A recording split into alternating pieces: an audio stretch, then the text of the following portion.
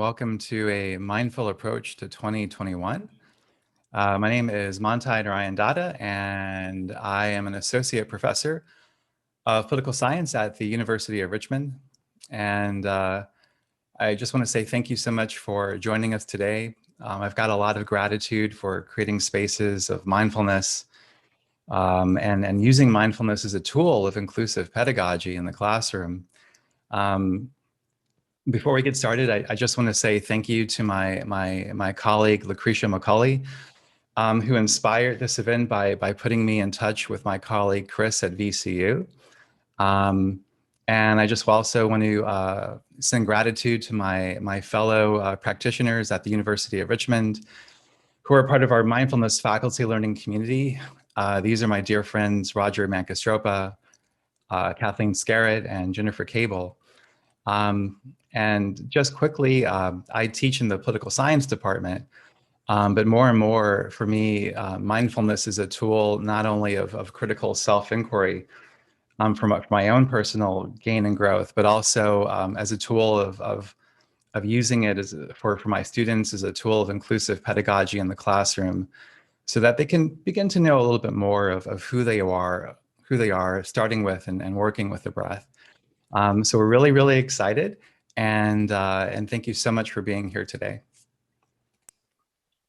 I'll join Monti in saying welcome. I'm so glad you're here. We're very excited to host this first time together. We hope that it will continue in the future, and we look forward to hearing your insights and creating a safe space for us to learn about mindfulness and to create a more cohesive practice community around Richmond and the broader Richmond area.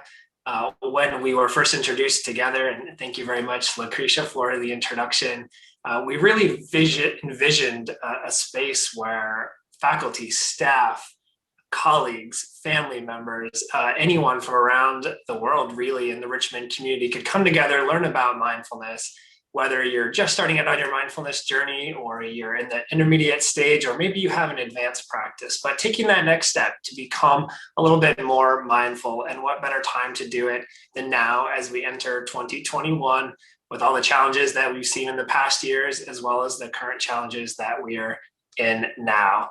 I'd like to echo Monti's thanks to both the PR teams at VCU as well as University of Richmond, and to Dr. Pugh in the Department of Management and Entrepreneurship at the VCU School of Business for co-sponsoring this event. I think that's enough of the introductions. Let's jump on in and let's take it away. So everybody, Chris and I were brainstorming yesterday, and we realized, number one, we are so thankful for this space, but number two, we don't know people on the call, and we wanted to get a sense a little bit of how you're doing and where you're at. And so we put together a few polling questions that will open up now. And the first question is just getting to know you. And the question is, what describes you? Are you faculty, staff? Are you students, or are you community members? And so I'm going to launch that poll right now, just so we can get to know a bit more of who you are today.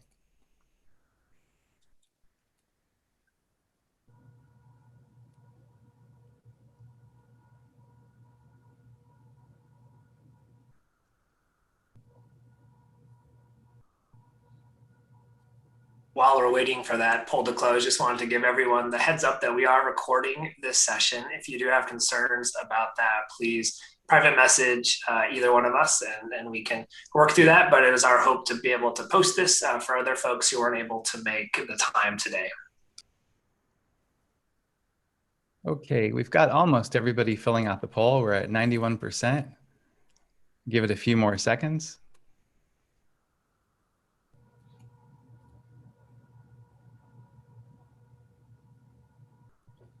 Okay, and here we are.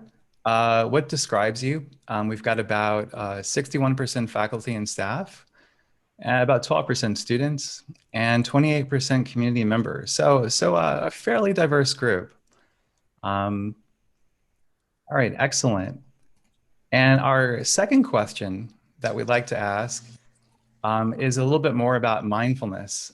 Me and Chris, we're going to be rambling about mindfulness for the next hour and doing a couple of guided exercises, but we want to know a little bit more of your level of familiarity with mindfulness.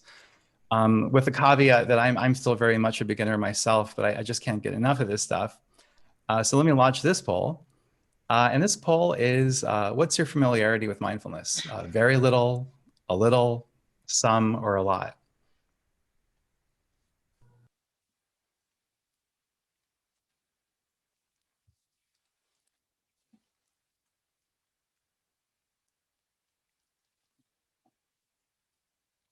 Okay, and that's just about everybody in the poll. And it looks like we have a fairly familiar group, with most respondents saying they have some familiarity with mindfulness.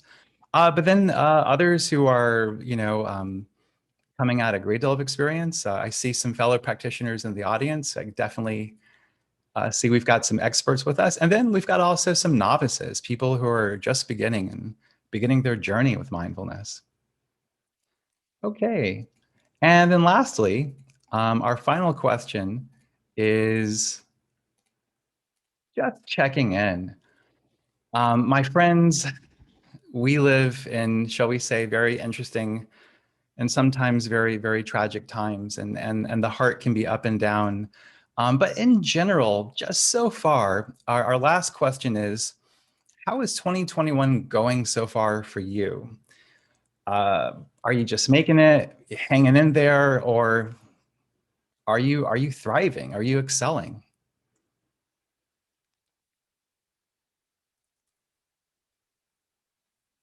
Okay, and as the poll numbers are coming in,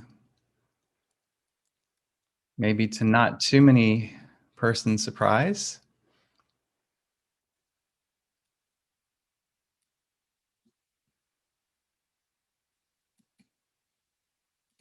um, we 82%, we're just hanging in there, and I feel you. I am, as much as I meditate, I'm still sometimes just up and down, and that's just part of the journey of life, I suppose. Okay. So, so with that said, we appreciate your taking this poll, as we just get to know you all a little bit better, and that'll help us as Chris and I jump in now to a little bit of a dialogue on how we see mindfulness and what mindfulness is like for our teaching and research and practices.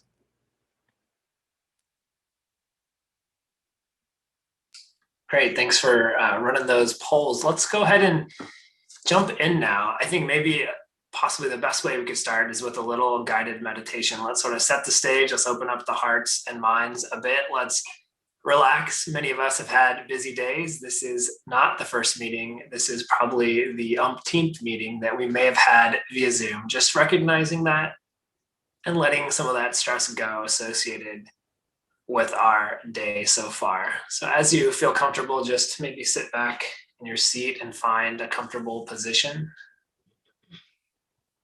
and consciously bringing some awareness to your shoulders and gently letting them rest, bringing them down a little bit. So we have a moment here together just to do nothing, just rest with the sensation of doing exactly that. Remembering what a gift it is to have the space and time to do nothing.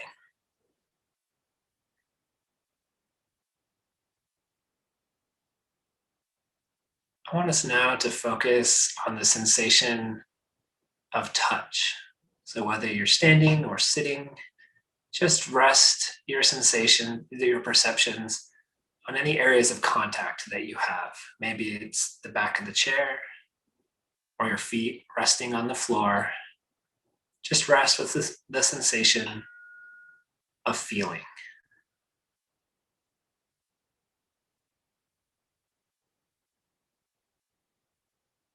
Can you notice points of pressure or heat in your feet as they rest on the floor, or your lower back sitting in the chair?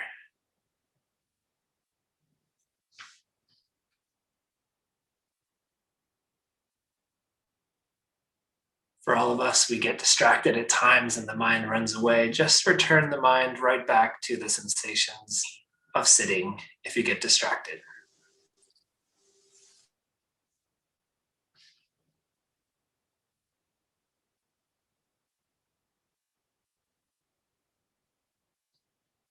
Let's move now to focusing a bit on the sounds that you can hear wherever you are, whatever room you're in.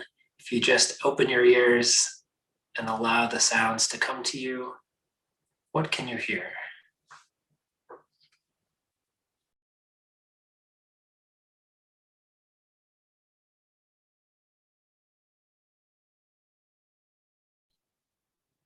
As before, if you have a stray thought that removes you from listening, just return gently back to listening to whatever is present in the room right now.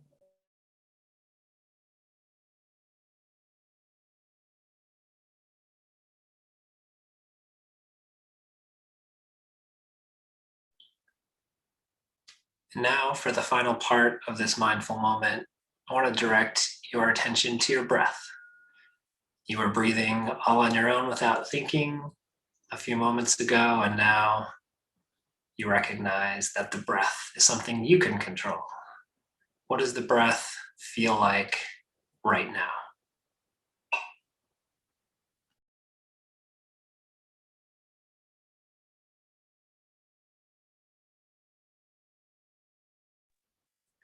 Can you note the three distinct parts of the breath? The in-breath, a brief pause in the middle, and the out-breath.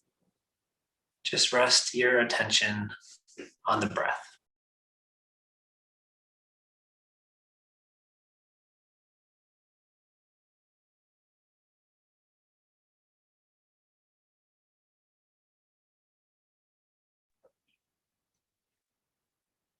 As before, if you find it difficult to rest on the breath, that's okay. Just return when you remember to focusing on the breath yet again.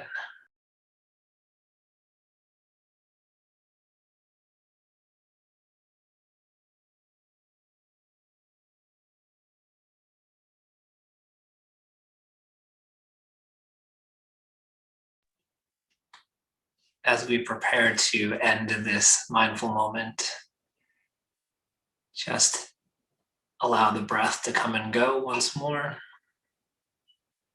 Bring some conscious awareness to the shoulders again and remind yourself to keep them low.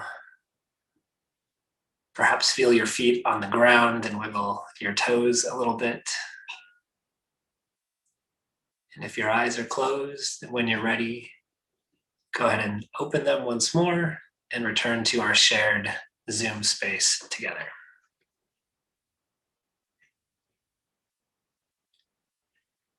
So recognizing that for many of you, a mindful moment such as that is very familiar, but recognizing also for others, maybe it's new. Maybe you haven't been exposed to mindfulness or a mindfulness practice. Let's go ahead and, if you would like, in the chat box, just let us know how you feel now. Any adjectives or any ideas that you have, go ahead and put those in the chat box.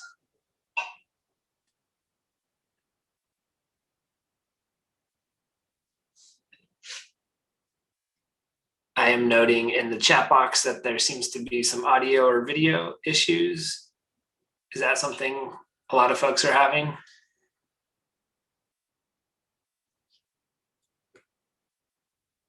Okay, I'm getting some responses in the chat. I'm hopeful that the internet connection has improved. So I see focused, lighter, relaxed, refreshed, calm. Excellent. So what I want us to think about is that there's many ways to practice mindfulness. And what we did was 3 minutes. And maybe it seemed quite formal in that we took time aside from what we were doing and we practiced mindfulness for 3 minutes, right? So I want to introduce the topic of what I would call formal mindfulness. We formally practiced mindfulness through meditation for about 3 minutes, right? But there's also a whole other side of mindfulness, which is more informal mindfulness. And that is directing our attention in a particular way while we conduct the work that we're doing, whether that's listening to a colleague, whether it's being on the 5th Zoom call in a row, whether it's perhaps doing an exercise after work.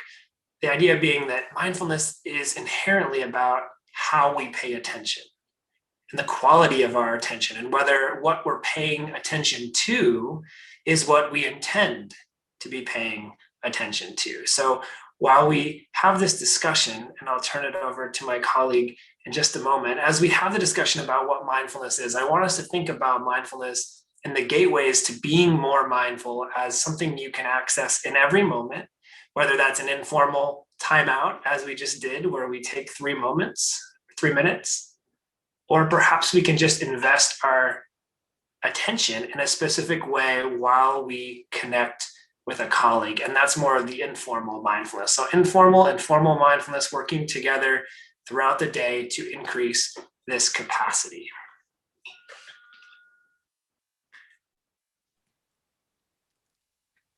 Chris, thank you for leading us in that guided meditation. And I'm realizing now, as we hold this space together for this hour, we have this really interesting moment, right? We're a couple of faculty members from U of R and VCU. And these are 2 schools that don't always talk to each other, right? But here we are in this space of mindfulness, sort of creating and carving out this intention of, it's important to breathe. It's important to use the breath as an object of awareness because it dials you into the present moment. And so I'm thrilled just to be having this dialogue, right, between our schools. And sometimes there's some turf, right? We got, different, we got our, things going on in the community, but ultimately we're part of RVA, right? We're a part of the city of Richmond and the Commonwealth of Virginia, and there's a commonwealth, right? And what I like is we're kind of just, just touching the surface of maybe dialogues to come. But Chris, I would love just for a minute, and also if any of our colleagues want to jump into the conversation, either in the chat box, or if you want to raise your hand, if something comes to your mind or heart, we want to invite that space as well. But Chris, let me just ask you, man. So like, what's up? Like, why do you meditate at VCU, and how does that fit into your teaching and research? Like, can you just sort of shed light on how do you combine those spaces? It certainly has been an interesting journey on how those are combined. I think when it comes down to it, though, my life's work has been around figuring out how do we connect more deeply and more authentically with our fellow human, or our colleague at work, or our partner at home.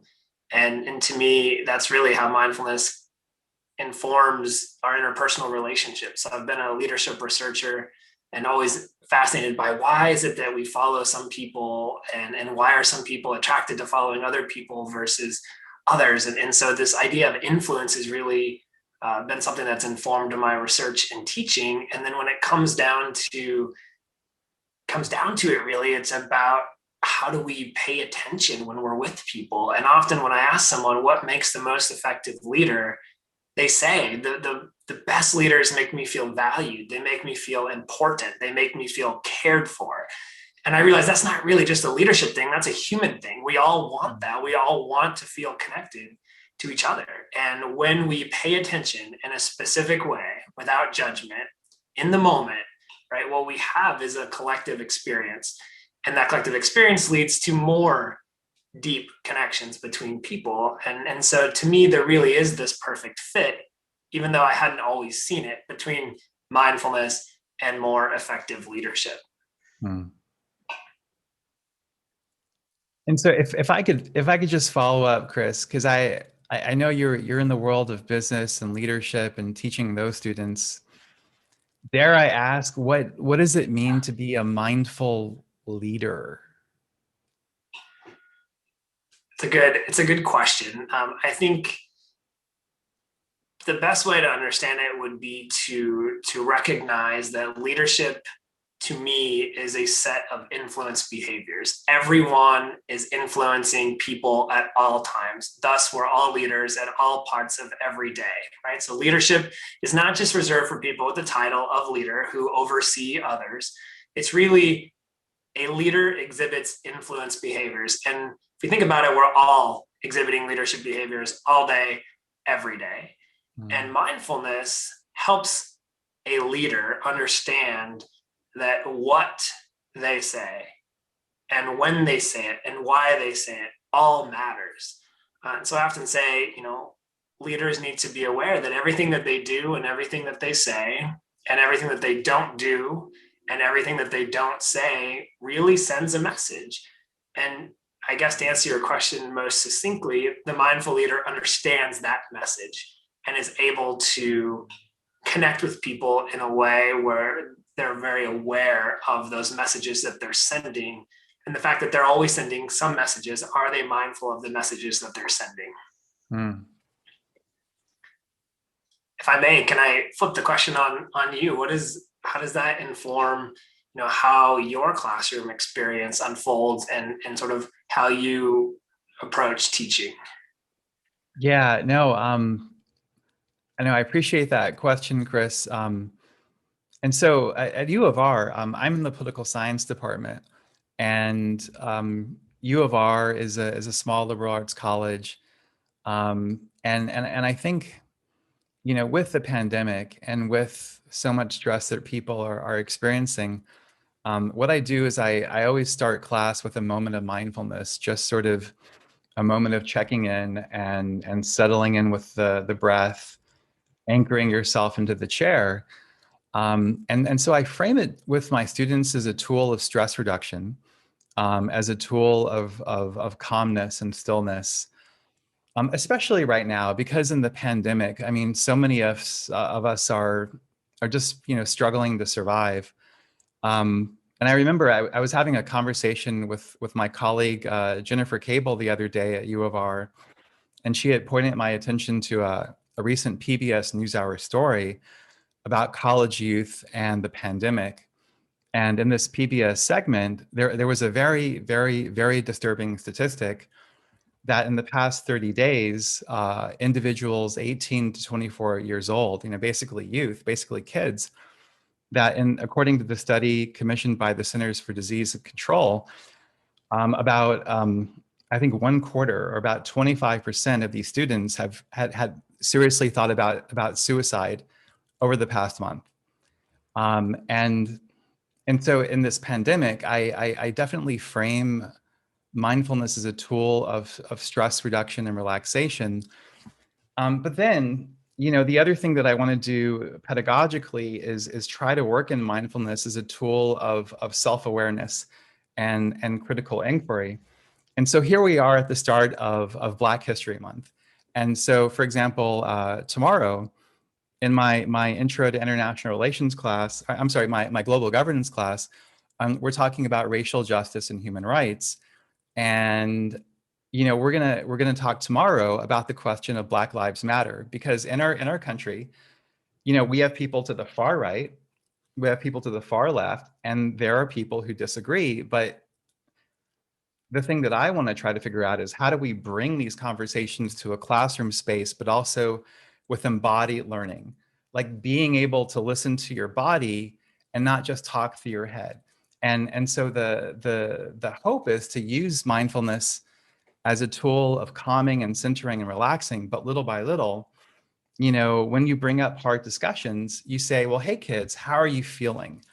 How is your body reacting? Because there's a phrase that I really appreciate. It's called, the body doesn't lie. And if we can listen to our bodies, if we can listen to ourselves at that physiological level, then it can inform why we think what we think. It can influence the nature. It can help us have more, I guess, metacognition of understanding the nature of our thoughts. But with that said, I only do a couple of minutes at the start of class. But I've got to say, so far, so good. A few years ago, when I started rolling out meditation in the classroom, I didn't know what people were going to think at U of R. I think the kids were like, yeah, Dr. Datta, let's give it a go. But I think they began to feel, well, wait a minute, like, damn, I feel a little stressed, little less stressed. And so, I've slipped it in as a tool of inclusive pedagogy. So far, so good. But the deeper work I want to do is critical inquiry into racial justice, critical inquiry into the legacy of RVA and what does our city mean. And this is heavy stuff that we have to sit with as a city, as a Commonwealth. But the hope, Chris, is that mindfulness can help us get there with a little more gentleness, a little more inclusivity, and ultimately a little bit more love and compassion for ourselves and our community.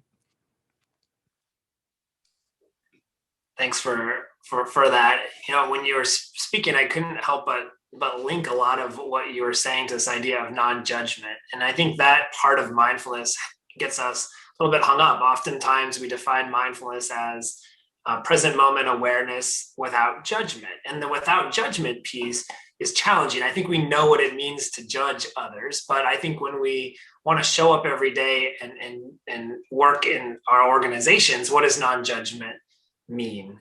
And that's a challenge that I've had to work through a little bit as well. And I've sort of, through my research, have come to understand the non-judgment piece to be exactly what you said, this idea of metacognition, which sounds like a scary word, but it's really just acknowledging and being able to step back about what goes through our mind and sort of say, that's interesting to our body and to our mind. So when we have a thought that's filled with anger or stress, metacognition allows us to step back and say, I can see that thought, I can feel that emotion, and I can recognize that that doesn't define me. Maybe it defines me in this moment, but I can change that. And it's not synonymous with me. It's just something I'm experiencing. And then thus, when you can move to understanding that you're only experiencing something, then it doesn't define you. And then you can move forward with a more intentional way of acting in that moment, because it's not us, it's just what we're feeling in that moment. And it is what it is, but it will be what we make it. Right. And so I think pedagogically, I guess one end game I have is bringing the full student to the classroom. And, you know, whether you're to the political left or the political right, honoring where you are in that moment. And if a kid brings in that awareness of, oh, I feel angry about this thing or that thing, or I feel upset about that, but they can look at the feelings, they begin to acknowledge those feelings, then I think that slight detachment can then diffuse that connection, and that can promote a little more self-awareness or critical inquiry into maybe how they're feeling at that moment. Now that's way easier said than done. And for everybody on the call, I am very much experimenting with this as a pedagogy. And actually, I wonder if this might be a nice moment just to open things up to the chat box. If people want to jump in with any comments or questions as they think about what mindfulness might mean for themselves as faculty or staff or students, as sort of this tool we could work with. Because I realize we've got some experts in the room. And so, yeah, okay, I see the chat box coming to life a little bit. It's bouncing around. Yeah, and so I see a few questions here. Oh man, wow. Okay, here's a question. Chris, I'll throw it out to you or maybe even out to the audience. This is from Joe, is there a connection between mindfulness and bias? Whoa. Wow. I can jump in and start the discussion, and eager to hear others thoughts. But I do some work in the space of unconscious bias and certainly mindfulness through that non-judgmental piece. I think illuminates our ability to step back and see things from a broader perspective.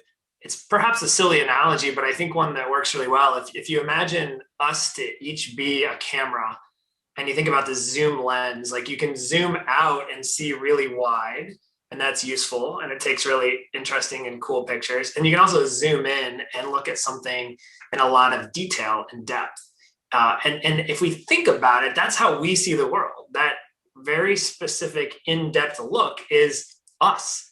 And the way I think of bias is all of our lived experiences create a bias in us so that we can really only see reality through that lens. And so you can also think of a windshield, right? We have a snow day here in Richmond today. You can think of a windshield that is, been snowed on and icy, and we can't see quite clearly because it's fogged up, and it's fogged up to our own lived experience. And there's no problem with our lived experience. It is what it is, but we need to be able to zoom out and see it more broadly. And so absolutely, Joe, thanks for that question. I think there is a lot of connection between the two. But again, that's a big question. And Monti, if you'd like to take that, or others want to jump in, feel free.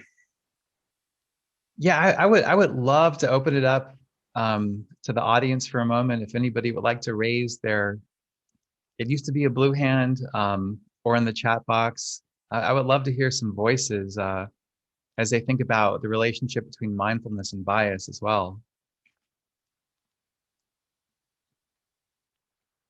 And I will monitor the participant list for a moment, see if there's anybody who wants to jump in there.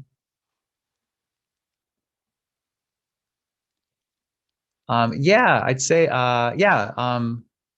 Roger Mankastropa, jump on in. Thanks, Monti. Thanks, Chris. Yeah, so this is one of the beautiful aspects of my journey with mindfulness, right? So I came to it after 11 years in the military, and I was learning to manage my PTSD.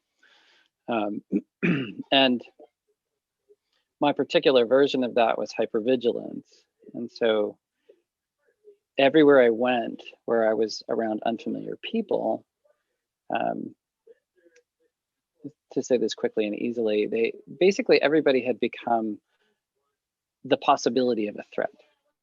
Everywhere I went, all the time, right? So I was always in this hyper, right? That's why it's called hypervigilance, this hyper state of awareness and alertness. But it had a really powerful bias to it, right? Like everybody could possibly be a danger to me physically.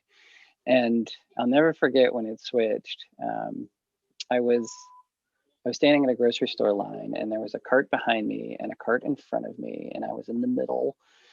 And I was feeling really trapped. And literally the thoughts going through my mind are, how do I climb over the candy rack to get out of this space, right? But the beauty is that the cart behind me had a very small child in it. And the child was upset because it couldn't have whatever it wanted on the rack. And the mother was trying to manage, the crying and the screaming and what was going on. And the child's experience, right, just for some reason, it honed me in, right? And my mindfulness practice, like all of a sudden I had this zoom. It was that lens that Chris is talking about. And I was able to zero in on the experience of the child and relate to this little child in this amazing way and really connect with, her experience in that moment. And so I started playing peekaboo with her in order to kind of, help, re-engage her with something else. And in that moment, the woman pushing the cart, of course, the mom, who usually, you're weirded out if, late 30-year-old something men are playing peekaboo with your children, right? The woman in front of me, who was an older woman who was checking out, and then the cashier, also a woman. So all women, maybe that was part of the magic, but all of a sudden they were all grinning at me, right? And smiling and enjoying this beautiful moment I was having with this child. And my awareness just opened in that moment. And I saw the humanity in everyone around me.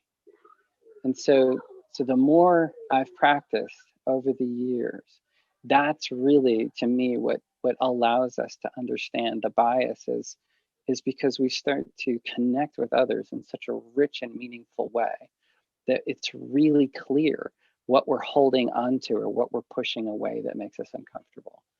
So I hope that's helpful.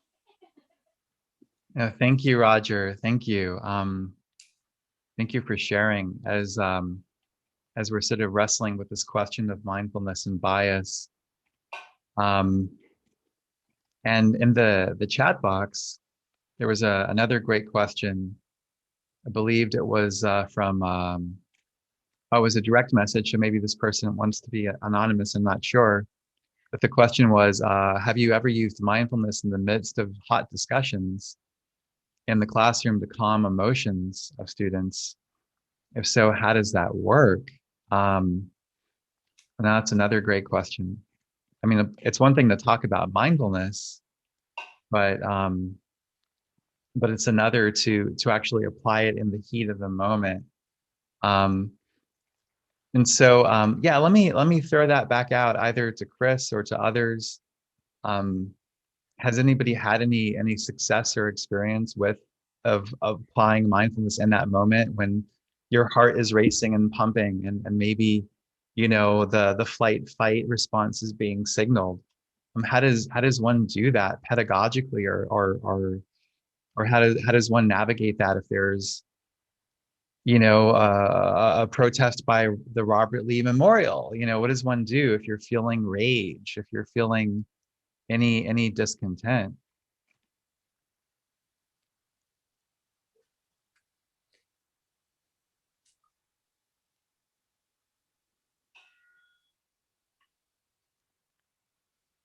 I will monitor the participants box if somebody wants to just jump in.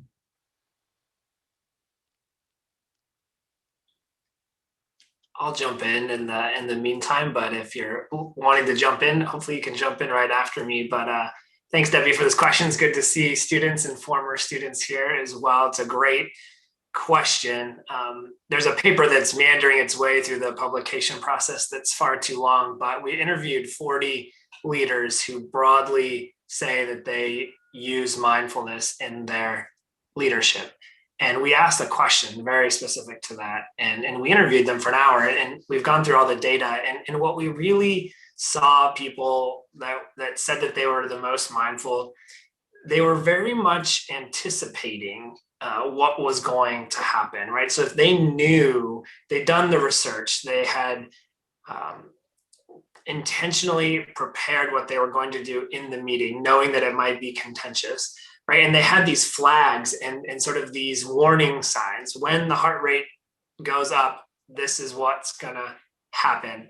This is the point I need to get across in this meeting, but these are the things that are gonna derail me and be obstacles, right? And so what they did is, it seems from our data, what the leaders told us, when those moments happened, what they had done was prepare themselves in a very mindful, intentional way before showing up, right? So really, this is where informal and formal mindfulness come together, right? They had prepared in a specific way prior to getting in that position in the first place, which is in itself a mindfulness activity. And they sort of had a plan in place. And you've probably heard the idea of begin with the end in mind. And I think that's what our mindful leaders did especially well. They knew in this conversation, my goal is to make this person feel this way or to get this point across. And then when things get tough and emotions get high, what we can return to as leaders is that overarching theme. Again, we're not so zoomed in on the hot emotions. We can zoom out and see that broader sense of what the point was of the conversation in the first place. And oftentimes that shifting perspective allows us to let go of a lot of that baggage on all sides of the equation. So that's my instinctual answer, and then also one based on a paper that we're working on right now. No, thank you, Chris, for sharing that research. I mean, that's fascinating. I think for myself, my only anecdotal experiences are if I've been in a classroom situation where it does feel heated, or if I've been in a situation with colleagues and my colleagues or myself, we're not at our best. The rumbling sort of energy sort of comes up, sort of like when you're angry and hungry at the same time. You sort of lose your best sense of self. What do you do, and how do you sit with that? I think that is wise, Chris, of having the end in mind, of having that foresight or that sort of visioning, so you can keep on track. But I think the trick is and I think it's back to this question about mindfulness and bias, or mindfulness and things that are maybe unsettling with the self, and how do you sit with this Or how do you sit with something that isn't pleasant? Or how do you sit with something that might give rise to the thoughts of anger or thoughts of rage or hate, especially in our world today, where there's a lot of discontent. Um, I'm reminded of the metaphor of the lotus flower. It's this beautiful flower that grows in a pond, and the pond can be filled sometimes with mud, with filth, with ugliness, and yet without that ugliness, without that filth, and without knowing the roots of that filth, you can't grow the beauty. And it's almost in a sense that um, the darkness or the distortions, they are not to be locked up and thrown away. We have to look at them. We have to embrace them, even ideally with love, with compassion. When that can be hard, and so I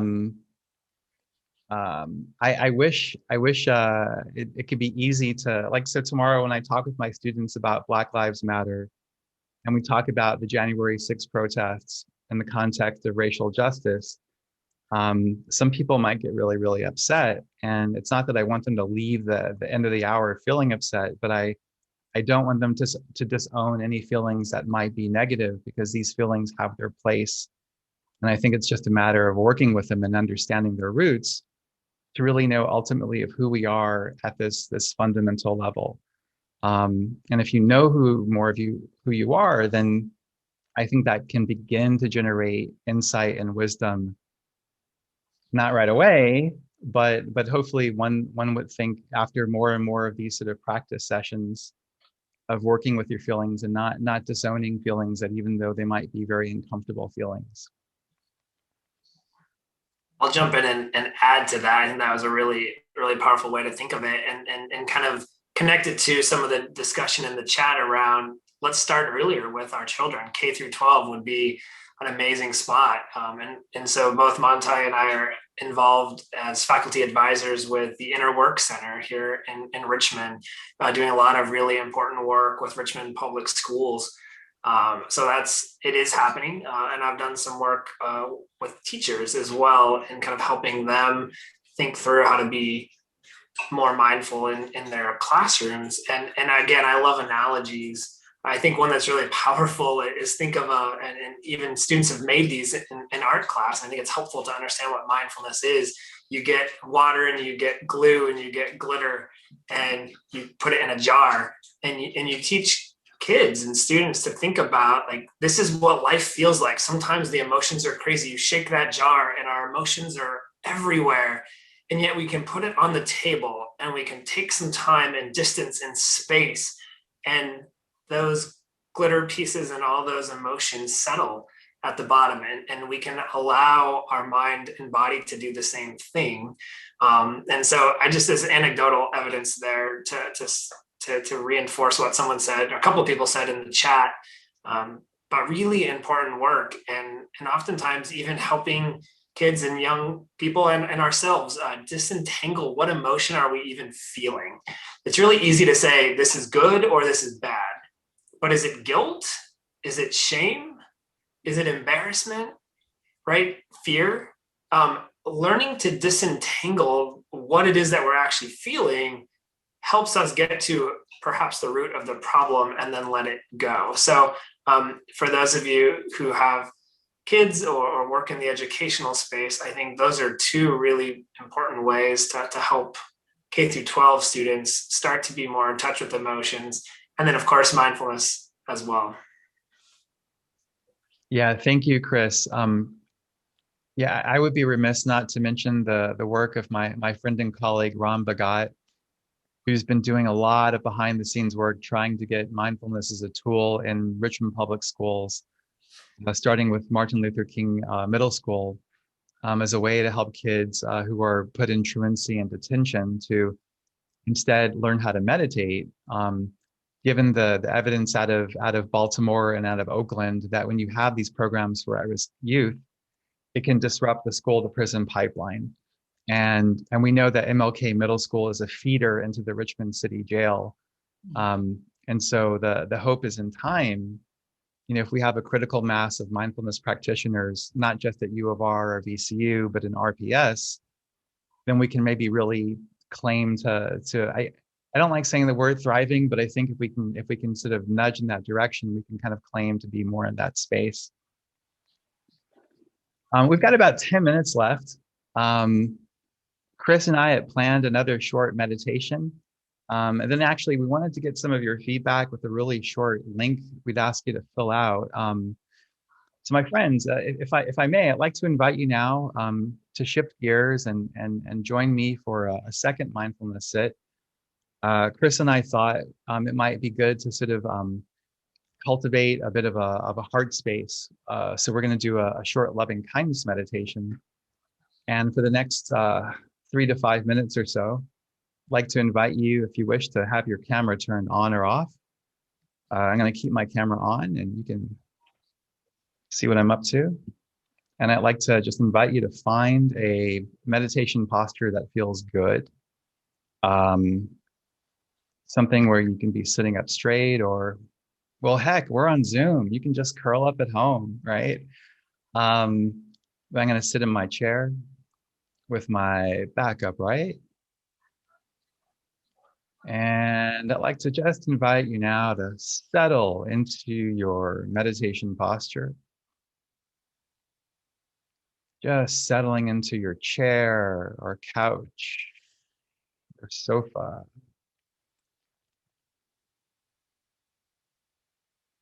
And just settling into your body.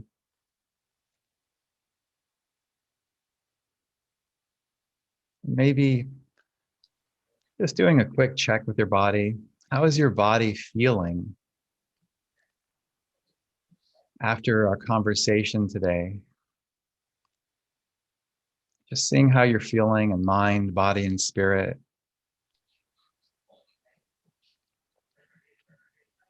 And if there's anywhere in your mind, body, or spirit that might need a little extra love or intention, let me just invite you now to send that part of your mind, body, or spirit a gentle hello, a gentle shoulder massage, just sending wellness for your mind,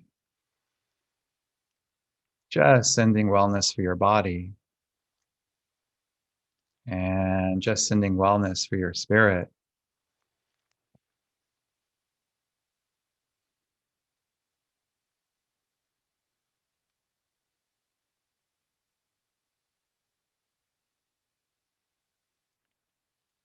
And as we settle into our loving kindness practice, let me just invite you now to take a few deep breaths on your own. Just breathing in and breathing out. Just filling your lungs and body with oxygen.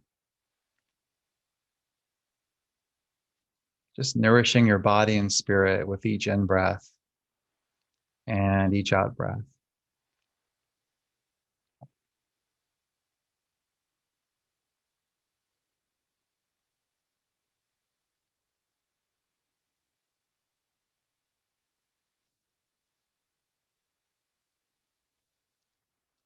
And now gently shifting the awareness, the energy to your heart center. If you feel comfortable, I even invite you to gently put your hand on your heart, or maybe in your imagination, just touching your heart. And just sending yourself a little bit of love, a little bit of well-being. And if you feel comfortable, I invite you to silently repeat after me. May I be well. May I be happy. May I be peaceful. And may my heart, mind, and spirit be filled with peace and rest.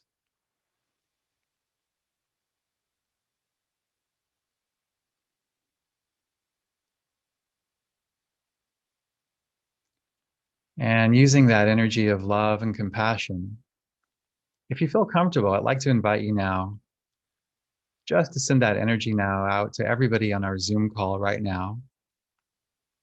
About 100 people on our call. And just either silently repeating your mind and heart.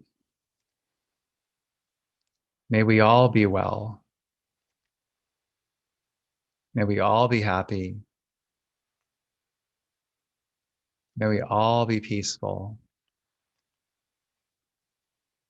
May our minds and hearts be at peace and at rest.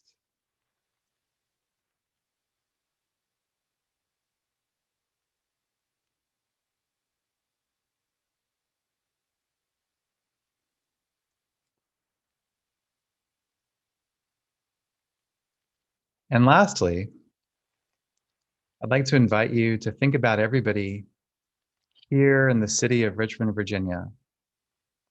Everybody at U of R, everybody at VCU, RPS, you name it. From Monument Avenue to Three Chop to Short Pump. Just everybody in the city right here, right now. I'm just sending everybody right now our thoughts of love. May they all be well. May we all be happy. May we all be peaceful. May all of our hearts and minds be at peace and at rest.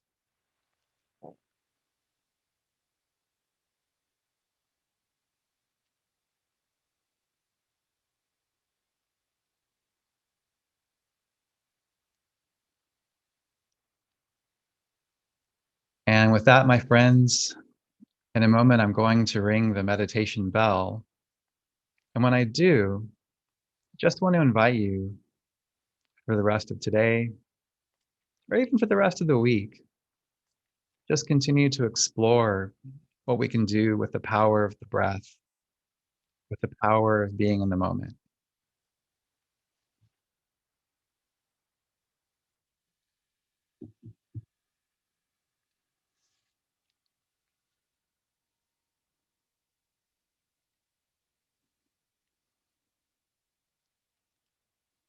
And when you are ready, I'd like to invite you to move and stretch as we settle back into the final moments of our time together today.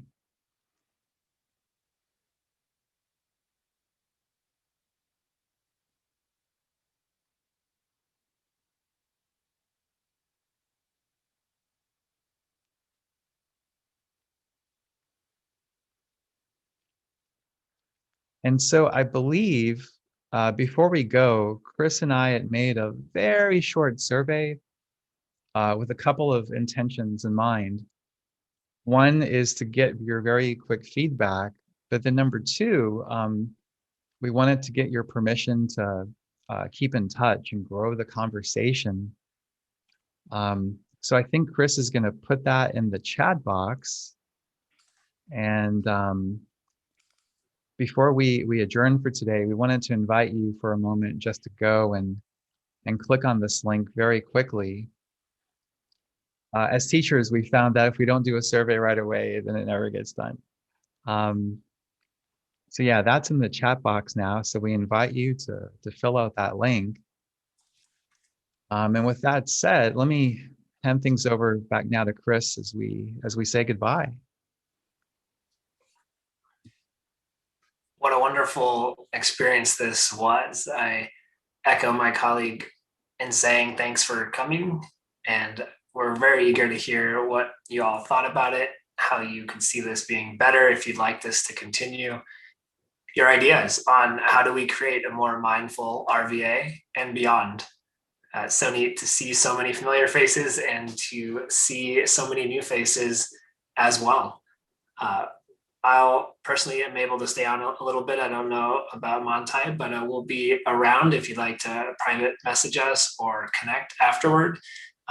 I always say I can't talk about mindfulness without mindfully ending on time. So here we are at the 5 o'clock hour, and I will say again, thank you for attending, and we'll be here to answer any questions that you may have. Thanks so much. Thank you.